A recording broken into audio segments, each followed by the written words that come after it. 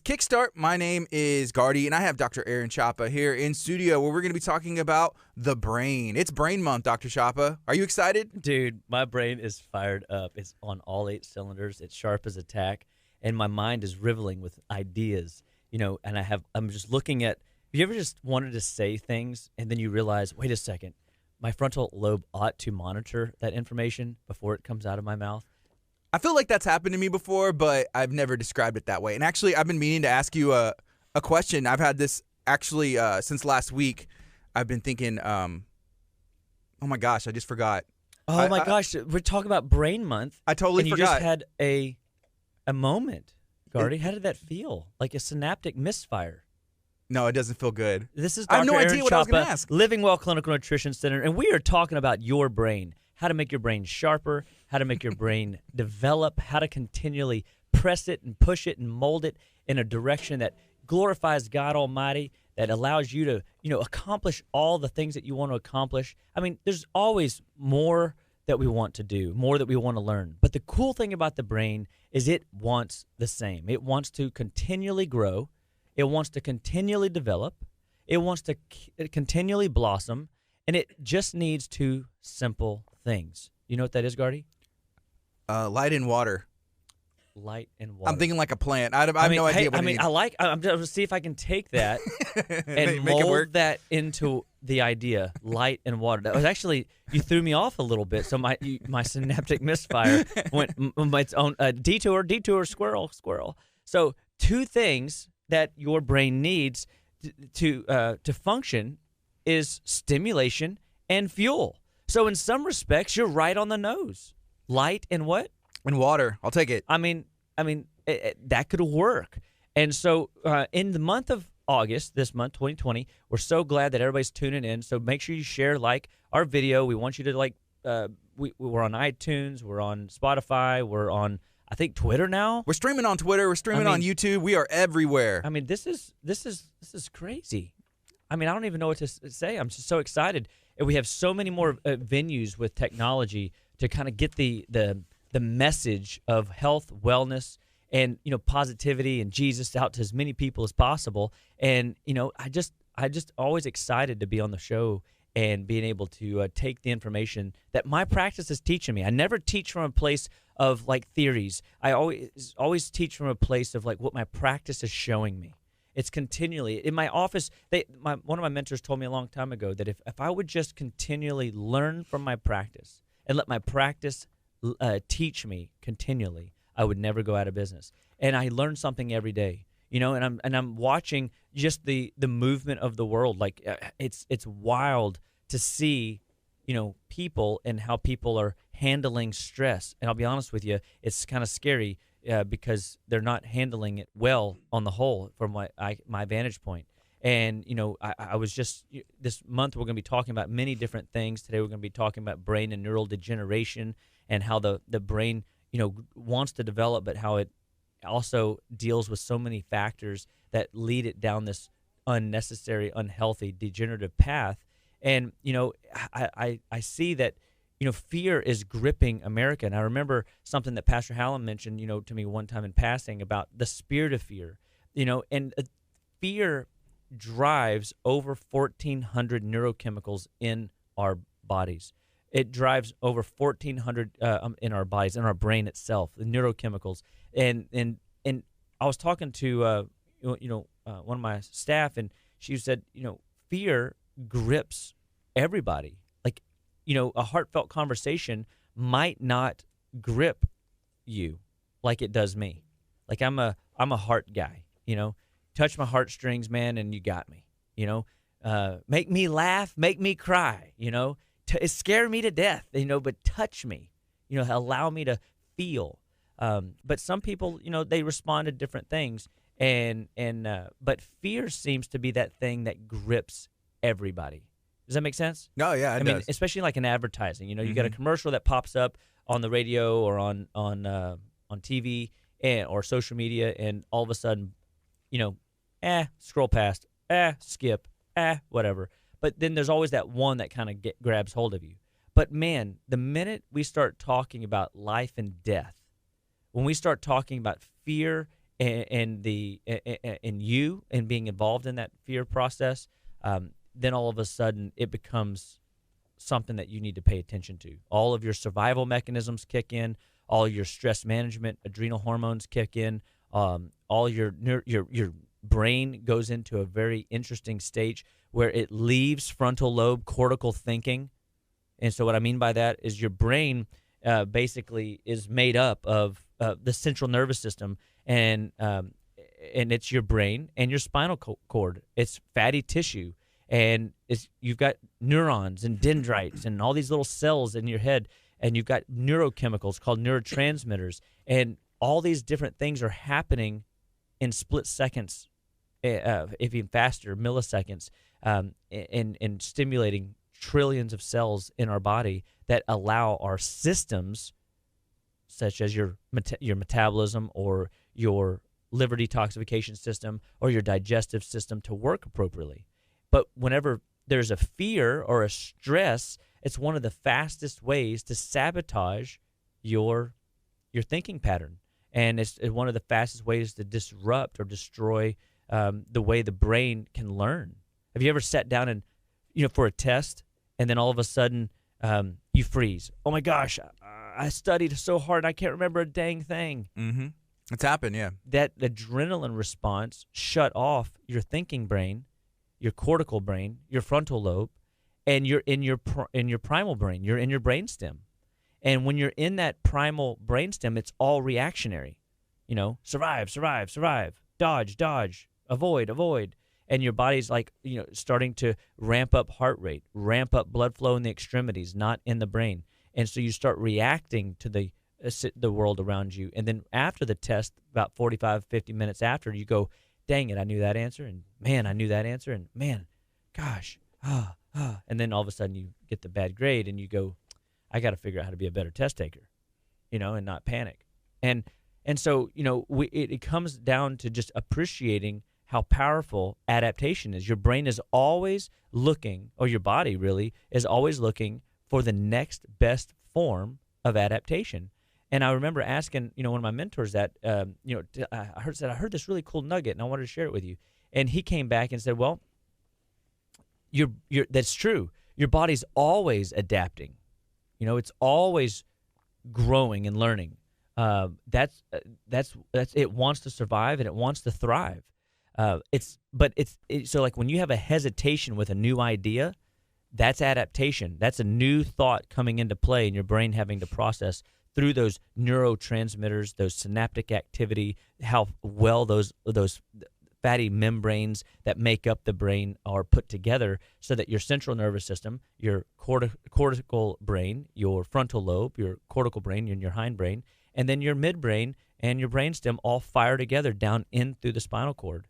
And so the brain is a very powerful, wonderful, evolving system that can completely rewire and re-network itself, and it can recall supernaturally. I always pray for that, in the name of Jesus. Give me supernatural recall that I might be able to integrate massive amounts of information, that I might be able to give back to, people through my reading, things that I read and things that I study and things that I listen to and things that I meditate on. I pray, always that the Lord just continually give me new insights, and, I don't want to be the people that perish for a lack of wisdom, like it says in Hosea 4:6. And I want to be a body of people, and raise a body of people, impress a body of people to continue molding their mind to becoming great. You know what I mean? I do. So this is KHEA Radio, 99.5 FM. I have Dr. Aaron Chapa here in studio where we're going to be talking about the brain all month long. So let's start from the very beginning so we can find out what the brain is. What is it made of? Is there a way that you can live without it or a portion of it? What is the brain? Whew.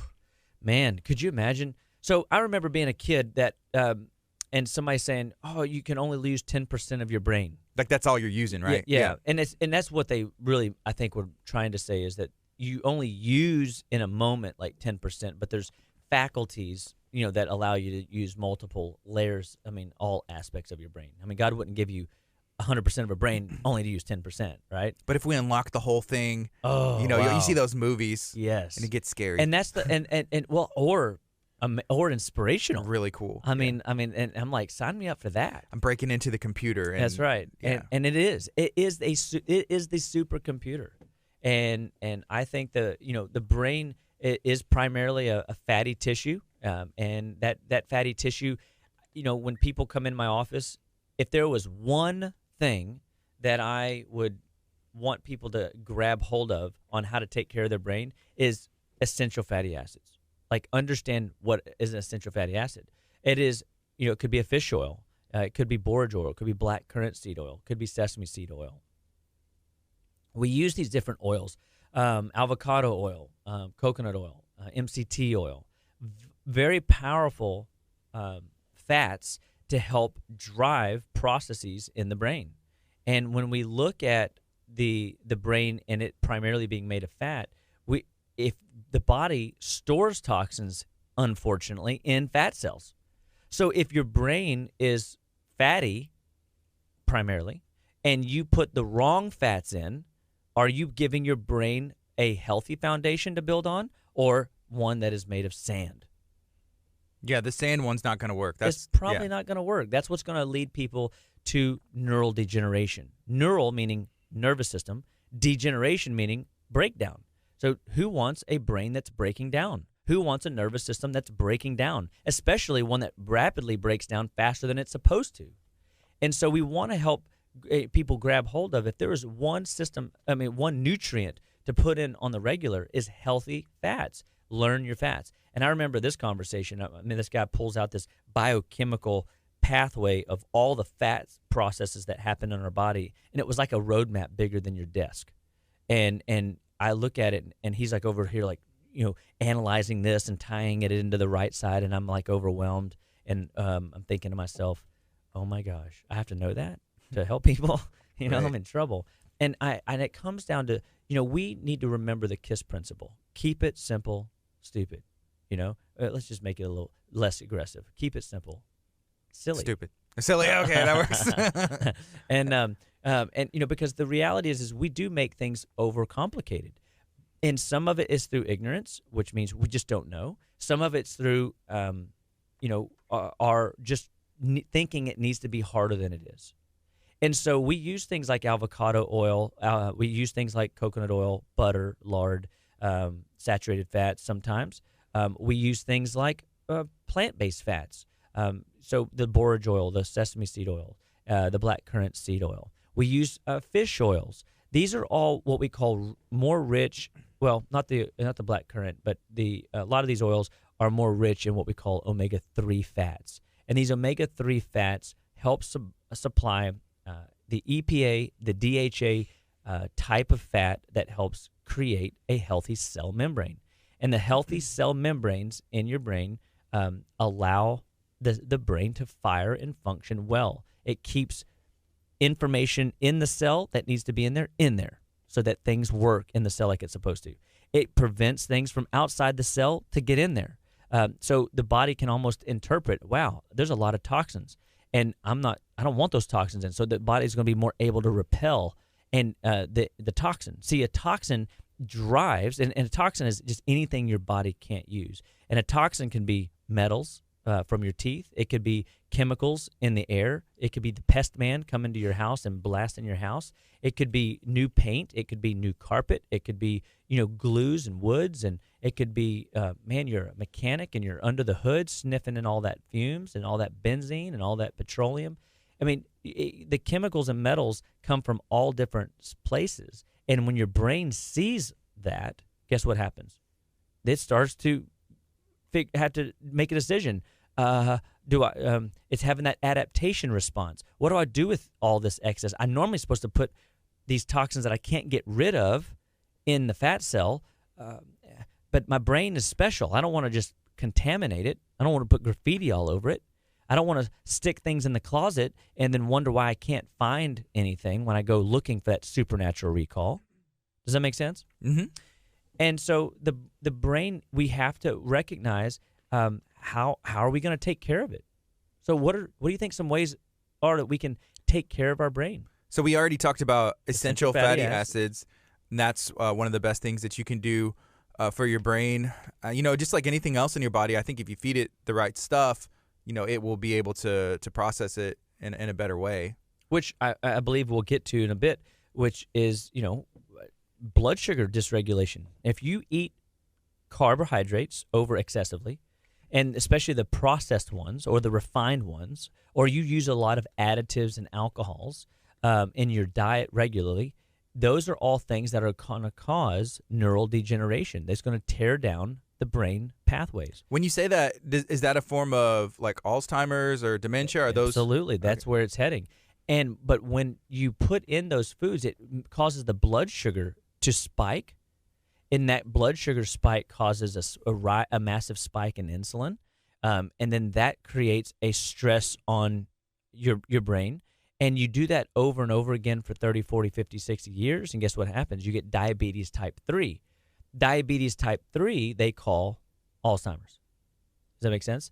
And it affects different aspects of your cortical brain. You said diabetes type 3? That's Alzheimer's. That's Alzheimer's. Okay. And so, if you have, I heard a terrible story yesterday. A medical doctor, a patient's son is a medical doctor. He's 40 years old, and he had his leg amputated. And I'm like, I literally just like almost choked on my asparagus. And asparagus is funny. You're reading, of course you were. Yeah, of course, right, yeah. And I'm like, what? How old was he? And 40 years old, had his leg amputated, and he's a medical doctor. Guys, and that just goes to show that, like, just because you have a high level education doesn't mean, one, you know how to apply it, or two, you're unwilling to apply it, or number three, you're ignorant to it. And a lot, and right now in our current medical system, there is less than 12 hours of nutritional insight.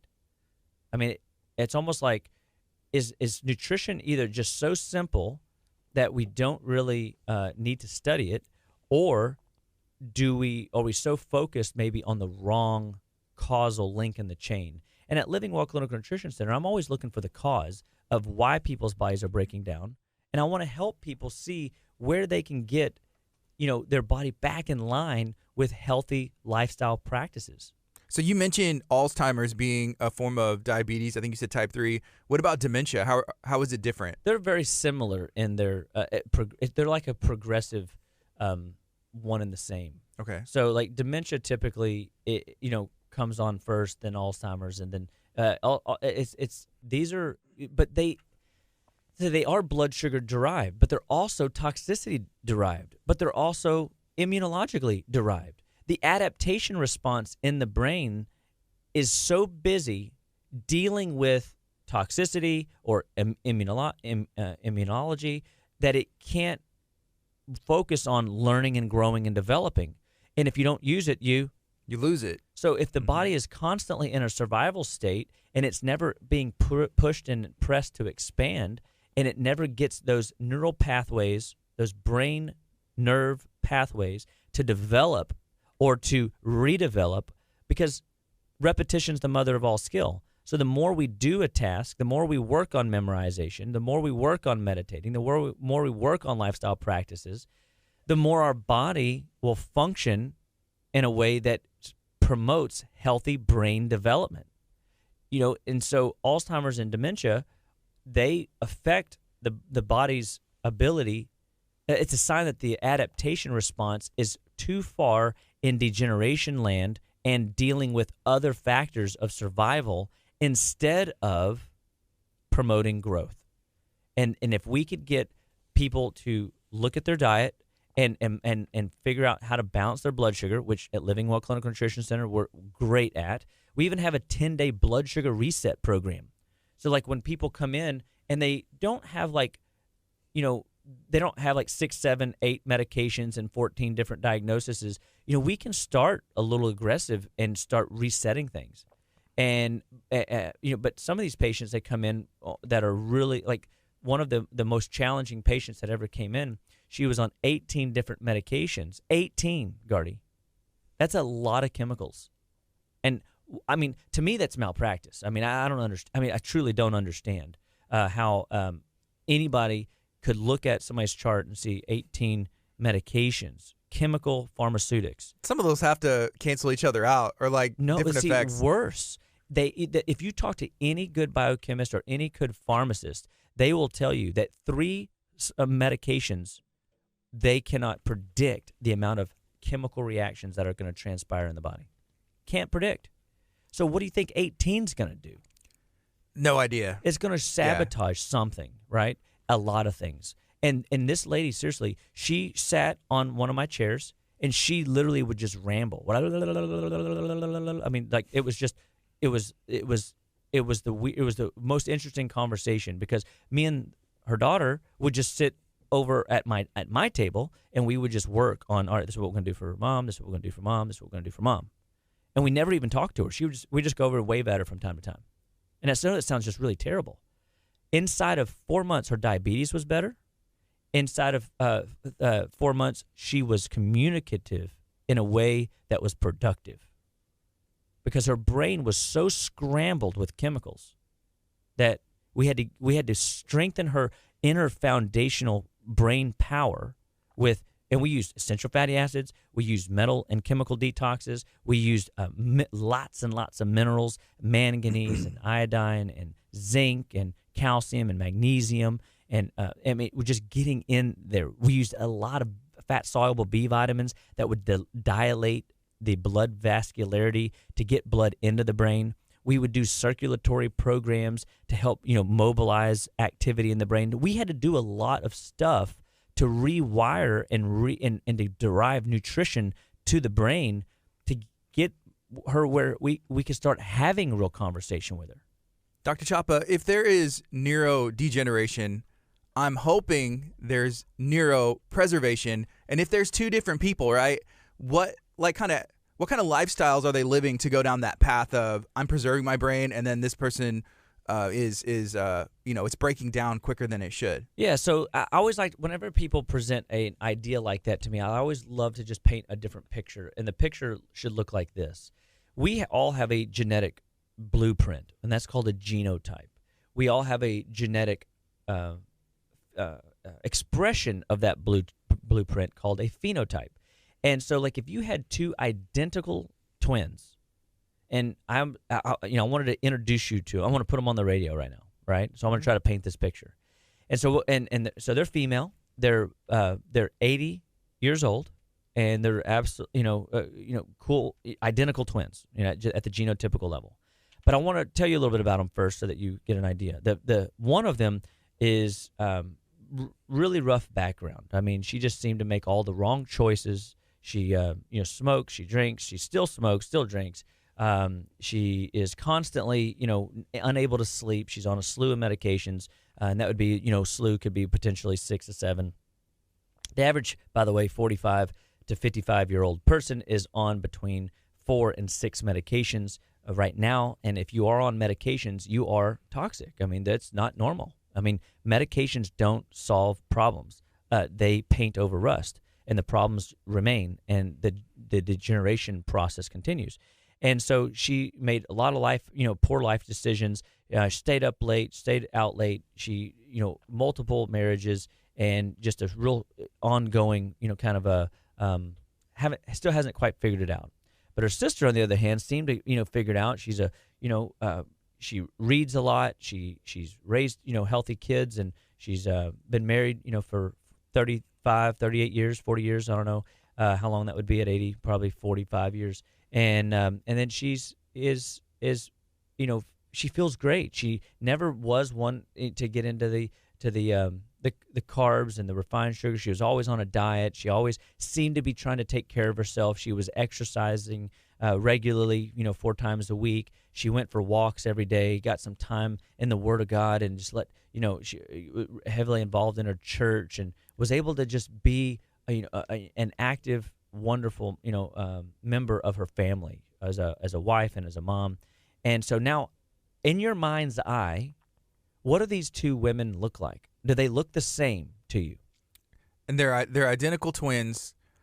So at one point they looked really similar, if not the same. No, they don't look the same now. Yeah, I mean, do they sound the same? I mean, what do you expect the smoker's voice to sound like versus the non-smoker. It'll be different. It would be different, Mhm. right? And so this isn't to, if you're a smoker, there's no judgment here, right? If you are, if you get into carbs and refined sugars and added sugar, there's no judgment.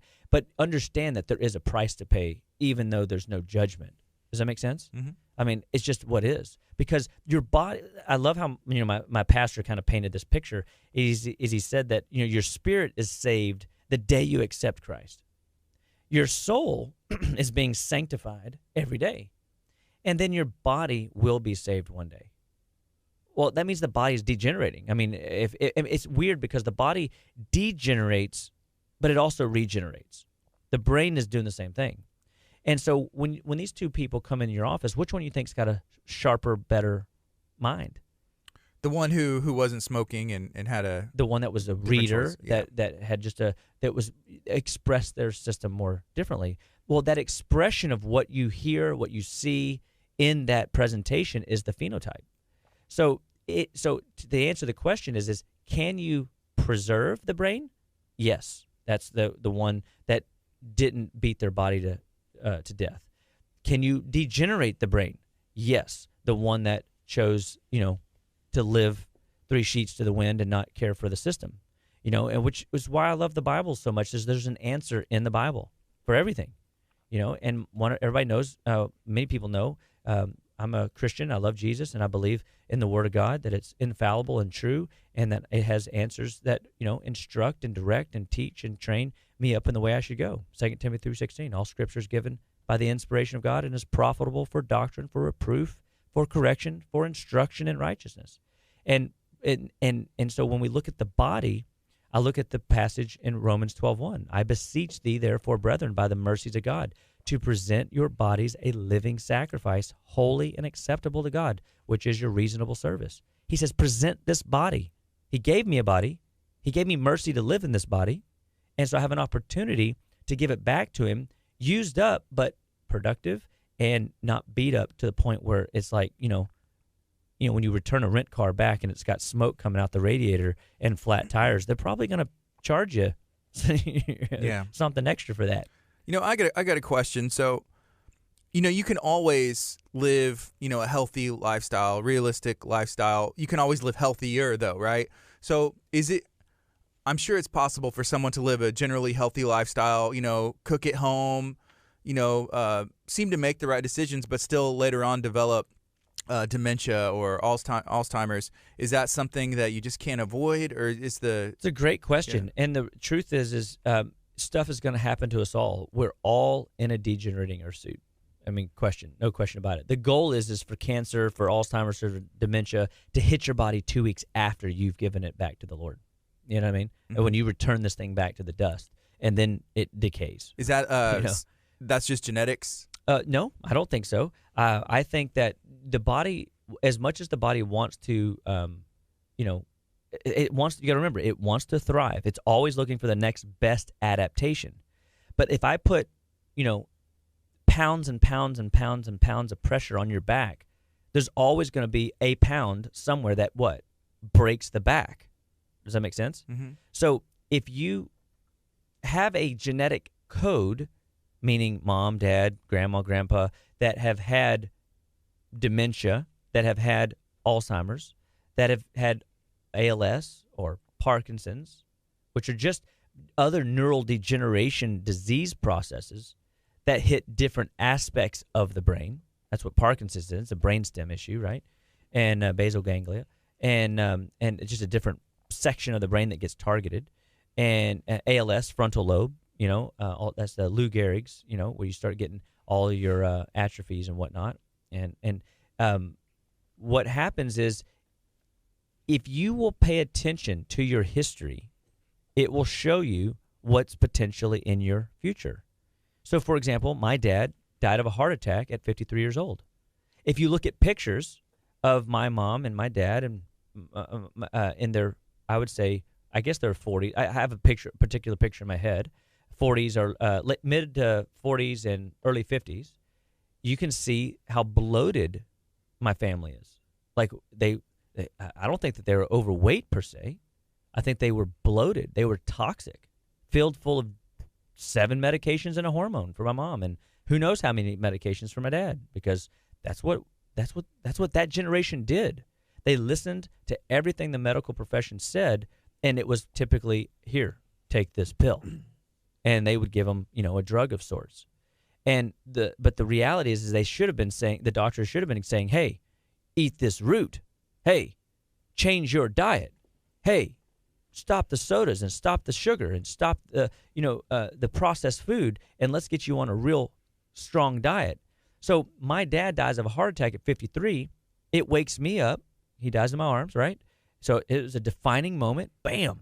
So now I know 53 is coming. So I have a choice.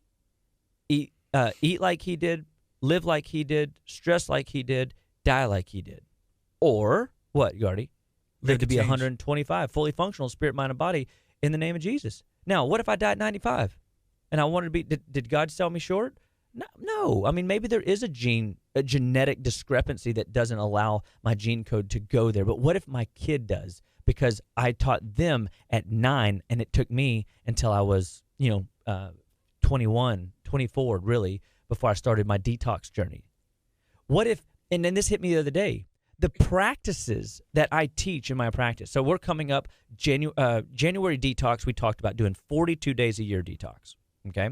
Well, guess what next month is? September. It's detox month. We're going to get 22 to 42 days in. That's coming up.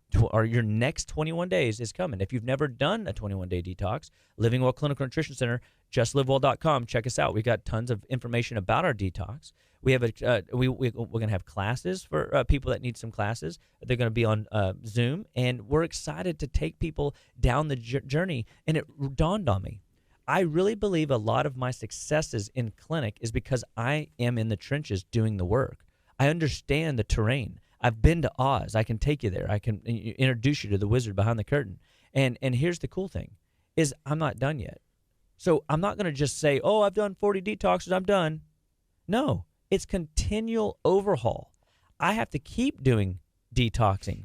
And I've come up with 42 days a year seems to be a very healthy way to set the sail for another quarter of our life, maybe even 6 months. I would say a detox easily helps me for 6 months because I eat so clean when I'm not on a detox. Somebody earlier asked what kind of supplements should we be taking for the brain? And then in conversation, we talk about essential fatty acids, and you talked about doing, I think you said like a metal and some other kind of detox. Yeah, so if you're interested in some of the clinical nutrition programs that we build, understand that everything's nutrition. It's nutrition. It's nutrition. If you don't grab hold of anything, nutrition is the fundamental backbone that allows your body to either spiral off out of control or get traction and move forward in a direction you want it to. And so we first and foremost, before we start wanting to detox your brain, and this goes for, let's just say it's not like Alzheimer's, dementia like we're talking. What if it's ADD, ADHD for kids? That's a form, by the way, of brain degeneration at an early age. And when you put a lot of chemicals in the body, when you put a lot of metal, when their kids are exposed to a lot of these things in the preservatives alone from the diet that they get into, much less things that we medicate them with. And the fact that, they don't drink water, they all pretty much get into sugary drinks. If it's not, because heaven forbid, they have to have something bland in their mouth. You see, from the minute a child comes out of the womb, sweet palate is the one palate that does not have to be developed. Your bitter palate, your sour palate has to be developed. And so we never start per se detoxing somebody that has real severe symptoms, because we might over detox them, or detox them too quickly, and then they start getting negative side effects, and those negative side effects they think are bad, and we have to re-educate them. They're not side effects. Actually, they're signs that we're driving processes metabolically. So you have to change the paradigm, and when I can change that paradigm for the patient, they start realizing and grasping hold of, this is a process where we're constantly working on lowering neural inflammation in the body. By lowering the neural brain inflammation in the body, the fire that's in the brain, what winds up happening is then we start seeing the degeneration process slow down. And see, currently in our current prevention intervention models, allopathic medicine only offers a sick care, acute care model, and it's typically drugs and surgery as a solution. When you say allopathic, that's like the That's your typical Western, quote unquote, Okay. Western medicine, the gold standard that we all think is stuff, right? That it's got it, but there's no care plan in the allopathic Western medicine model for wellness. They always say what? Come back next year, come back in 5 years, and let me see if you got cancer. Then I can treat you. Come back and let me see. I'll check your thyroid next year. And even I know you got all these other symptoms, but the symptoms I can't make a diagnosis of them. It's got to be done this way. You see, we boxed in the medical profession to see things through a jaded lens, and unfortunately, the body is so resilient. It's so adaptive. The brain is so wanting to survive and to thrive that a lot of people have symptom patterns that aren't going to be diagnosable. You know what I mean? Mm-hmm. And so what winds up happening is they slip through the medical cracks. And by the time they come back, they do have a serious ailment. They do have a serious issue that now can be addressed. But man, in the beginning, disease is what? It's easy to fix, hard to recognize. In the end, disease is easy to recognize, but hard to fix. I'd rather pull up a weed than to chop down an oak. Mm-hmm. It takes just a little bit longer and a lot more blood, sweat, and tears. Now, if I was exercising, that'd be kind of cool. But Yeah. whoa, what we didn't even talk about, exercise yet. But let's finish this other, conversation about, so that's Western medicine. So what I'm trying to teach people and train people to see is the transformational side of medicine, where you see an opportunity to build and bolster and strengthen people at systematic levels. We overhaul, like a detox, for example, the kidneys, the liver, the bowel for 42 days out of the year. And people go, that's just too long. Is it now? You change the oil on your car every 5,000 miles. You go get your tires rotated every, 5,000 miles. You change your air filters in your house every month. You know what I mean? Like, you eat the same 11 meals every week. You do the same workout, probably on the same machines every week, on the same days that you did last week. I mean, we're so patterned as humans. So why wouldn't it make sense that we would actually start taking a different approach so that we can downregulate inflammation in our brain, our nervous system, so that when we start looking at our past and see, Uncle Eddie or Grandma Sally had this, that, and the other. I don't want to go down that road. I'm not going to follow that chocolate chip cookie recipe. And so now, I'm so blessed and thankful that my mom, was a good patient. She was my first patient. I'd bring home detoxes. Heck, we were vegans for 6 months. I mean, we were eating raw food vegans for 6 months. It was amazing the stuff that we did and the amount of detoxing we did when I was in school. Like, we were experimenting. And we got her off of all of her medications. She's 72, and she's healthier now than she was.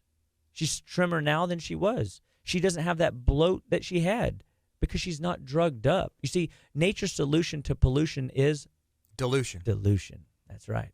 And so the more chemicals, the more toxins that you have built up in your body, the more water has to be held on to, water retention, to dilute the concentration over more volume of fluid so that your brain isn't toxic, like to a unhealthy, obvious level.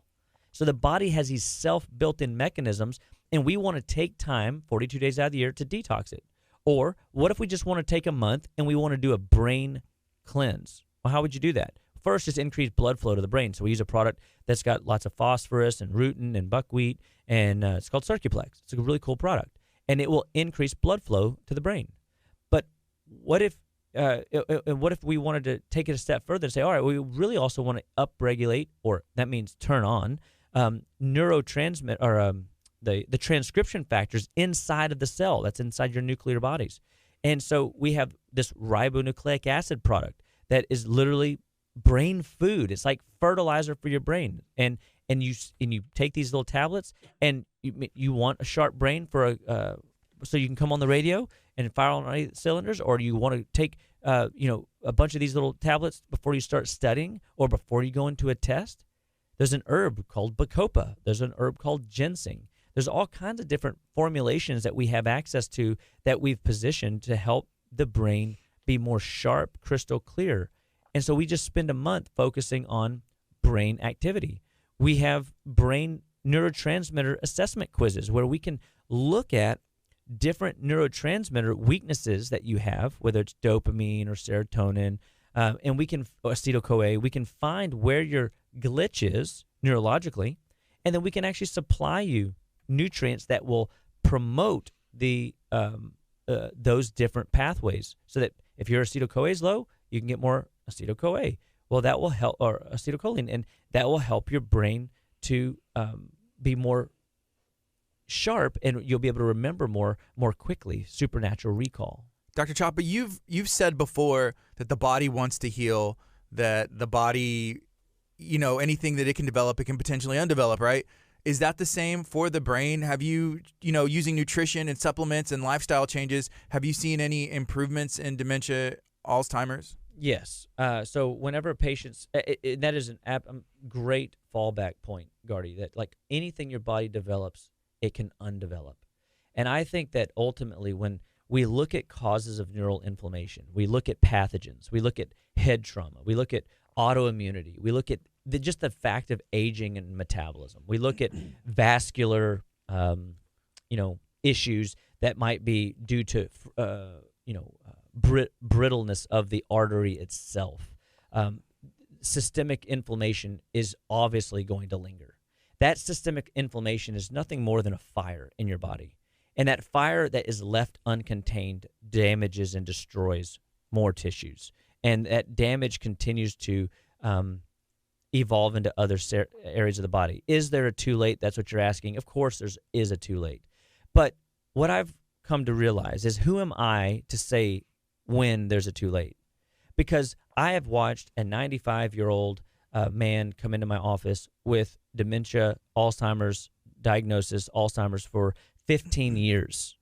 Okay, so do the math on that. It's 15 years. It's a long time that his brain was falling and failing. His daughter said, and one of my earlier on patients, I met her and her mom at a trade fair in Houston, and they came in as patients, and as first patients, they loved it, and they brought Dad.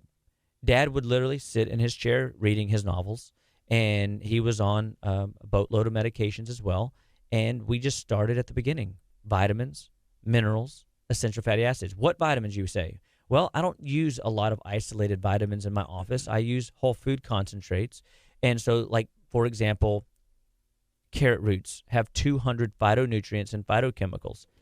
And when you have somebody with really poor, unhealthy brain function, they also have really poor, unhealthy digestive function. They almost go hand in hand. Many people will even say the digestive tract is the second brain. And I would say I might even be bold enough to say that it might be the brain. There's more neurotransmitters in your gut, 3 million more neurotransmitters in your digestive system than you do in your brain. That's why you get butterflies in your stomach. It's pretty fascinating to me. And so this guy, after changing diet, remember diabetes type 3, so we had to regulate the diet, and we started doing vitamin, mineral, essential fatty acid work, and then we started working on his liver, and then once we felt like the pathways were open, we started working on metal chemical elimination. People go, oh, it didn't show up in a blood test. Hey, I totally got it. And some people really just get stuck on this box, man. And whenever you have a diagnosis like Parkinson's or dementia or Alzheimer's, or just, man, you can't remember stuff. You got ADD in your 40s, or your kids are dealing with learning issues. Please throw the box away. Whatever you think appreciate that you don't know what you don't know. And if you've got symptoms and you've tried a bunch of drugs and you've tried a bunch of processes and nothing's working, don't walk into a situation that's new and assume that it's going to be the same outcome, because then you've already failed on the front end. You've got to recognize that today's a new day. New information could be the very thing that you use to change the choices that you make. So now new information leads to new ideas. New ideas leads to a new opportunity. A new opportunity leads to a new choice. A new choice leads to a new outcome. And guess what? That's why I keep going to seminars. That's why I keep reading books. That's why I keep reading the old books, because what I used to get out of the Bible, I don't get out of the Bible, because I'm hopefully growing as a Christian man. So the way I read the parables in in 2006 or even 1999, I'm going to read it a little bit different today, because I've matured. I mean, I'm growing. I'm asking the Lord to mold me into His plan, not me trying to fit the Word of God and God into my plan. You know, I want His desires for me, and so this guy comes in, and had his daughter not been so willing to do the work, she would literally make him take his supplement. She would practically say, well, you can't have dessert unless you eat this and do this. And we started there, right? Because he's got a sweet tooth just like everybody else. We had to develop his bitter palate. And it takes about 17 exposures to the palate to develop a bitter palate. It took several months to get things turned around.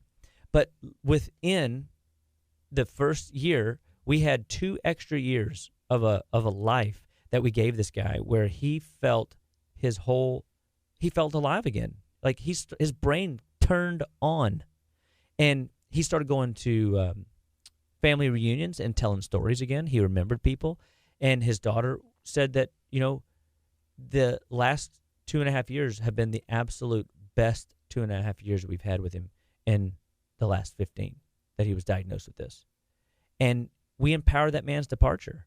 So who am I to say that you've reached the end? I mean, look at Superman. I mean, they told him what couldn't be done, and he says, want to bet? I'm Superman. And he defied odds. He did more with the broken body he had than most people would have ever have done with it. And so he might not have, ever run again or played again or walked again or what, but he did so many great things with his deficiency. It took me a while to realize you're talking about Christopher Reeves as Superman, because I was like, Superman, I was like, is this like a comic, is this a comic book story or whatever? But okay. Yeah. Christopher Reeves, that's 100% yeah, because true. He had the brain, the severed spinal yes. cord issue and lost function to tissue, right?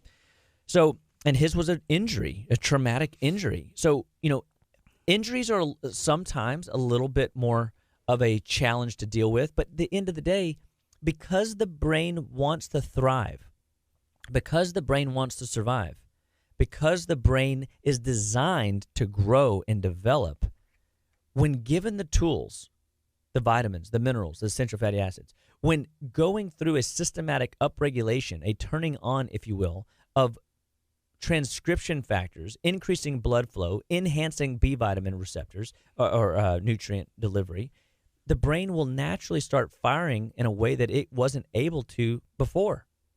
And that's good news, because no matter where you're at, no matter what diagnosis you've been given, if you start incorporating these systematic upregulatory functional tools that we teach in our office at Living Well Clinical Nutrition Center, transformation is coming.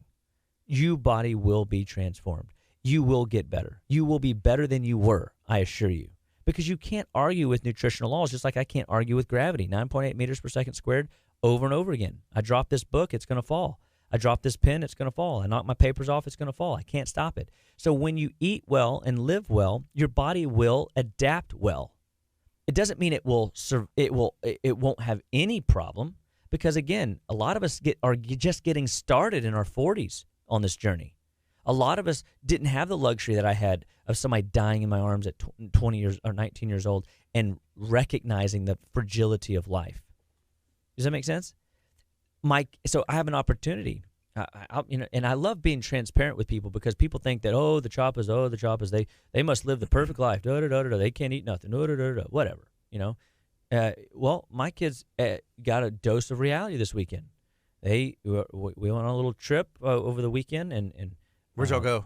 San Antonio, and I went to one of my favorite hotels, the Hill Country Hyatt, and it was awesome. And on Sunday on the way home, we go to the Riverwalk, and we're walking around enjoying life. They eat lunch. I took my lunch. I had my own that day, and they eat lunch, and then they want ice cream. I'm like, well. Oh well, let's just see how this goes, And so we go over to the ice cream parlor, and every one of them get an ice cream cone. Oh man. Oh, yeah. Oh, it was gorgeous. Yeah. I mean, it was food dyes and colors and minty chocolatey chips, and I mean, just smelling it was good enough for me. I was like, yeah. Are they going to charge me for the smell? And so they were fine in the moment, but by the time we got home, so 3-hour ride home, my son already had snotty sniffles and the crud in the throat. I said, "Hey, dude, what's that noise you got going on back there?" I feel like that makes you happy, Dr. It Chapa. does. You're just It like, does. oh, okay. Like, Uh-huh. well, guess who's right again? You know, Dad is, right? Yeah, there might be a little pride there. I don't know. Y'all pray for me, please. And so but yeah, and he goes, "Let me guess, it was the ice cream." And I'm like, "Yep, I'm pretty sure it was." It's never the asparagus. Yeah, it's never the asparagus, And then at 4 a.m. that morning, I have another one come downstairs.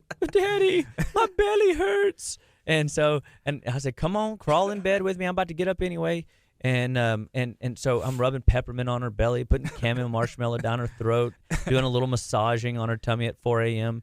And she had stomach ache all day, And Mom texted me yesterday afternoon and said, "Hey, I had a really good conversation with the kids to help them understand that this is the price we pay." Now, here's what's interesting, and I don't know yet if this will happen, but my daughter, my oldest, doesn't get into dairy often because it gives her headaches, and she doesn't like suffering. And so today will be a test, because this will be Sunday, Tuesday. 2 days later is typically within a day to 2 days later, she typically gets a headache. So it'll be interesting to see if she gets a headache, and it's all bowel driven. But one of the things that we do whenever they have those moments, so even with them having these symptoms, so Dash, it hit him within hours, it hit him in the throat. Number 3 hit her in the belly. Number 1, we'll see if it hits her in the head, but normally it does. And then number 4, we'll give it a couple days. We'll see. But it hits us all differently, which is why nutrition isn't always like clear cut and easy. So so remember, this is my family, and they got 4 different responses to the same insult. Okay, and it's the protein in the milk, the casein, that caused the inflammation. So they get home, and I give them gut repair stuff. I give them this product called Cataplex AC. It's strong vitamin A, vitamin C product. It has has echinacea in it for immune upregulation, but it's also blood flow for the gut, and it thickens the gut lining. They take Thymex, which is a T-cell upregulator for the thymus production cells behind the chest bone, not your thyroid. Thymex, thymus, and then I give them intestinal cleanse number 3, which is a senna and product basically that mobilizes water to the gut to help push and press and stimulate the muscles to contract, that they don't have a sluggish, paralyzed tummy. And that way they can get the stuff moving, because I don't really have time for them to be sick, right? Like I don't want them to be sick. I don't want them to suffer. I don't want to have to get stuck in that. I want to just move through it. And so I have cheat plans, if you will, for the cheater. What I mean? If you're going to eat the junk, at least do this on the flip side. If you're going to have the alcoholic beverage, take 5-AF beta food before bed and give your liver some extra love. There's tools to do to support the process. But but recognizing that food is medicine, we can change your diet, change your blood sugar. We can change your supplemental intake and give your body better nutrition, drive better function and processes in the body. And now you're not waiting for a disease to happen. You're transforming your body ahead of the curve. You're working on your heart during Heart Month, February. You're working on your immune system during March. You're doing summer prep programs and metabolic boosting programs in May and June. You're doing your detox with us in January and September. You're getting ready for the holidays and balancing blood sugar and making sure that you're not one of these people that put on 15 pounds during the holidays. So there's so many systematic processes for transformational medicine that we want to teach people to grab hold of. And that's why we do these programs. That's why Living Well Clinical Nutrition is here, is to teach you how to live better, be better, and stay better one bite at a time. So next week, we're going to be talking about attention disorders as we continue the talk on the brain all month long with Dr. Chapa. here on KHEA Radio. So it's just after 10 o'clock. This is Kickstart. My name is Gardy. Dr. Chapa, thank you so much for coming again today. Absolutely. It's always a pleasure to be with everybody. God bless you all. If you have questions, concerns, comments, give us a call, 281-554-8600. Or for more information on our detox, text DETOX20 to 474-747. So I hope everybody's having a great day. It's DETOX20, 474-747. Text that, and we'll get you some more info. And y'all have a blessed and wonderful afternoon. It's KHEA Radio, 99.5 FM. All right, Facebook. Hey, y'all be blessed. Have a good day.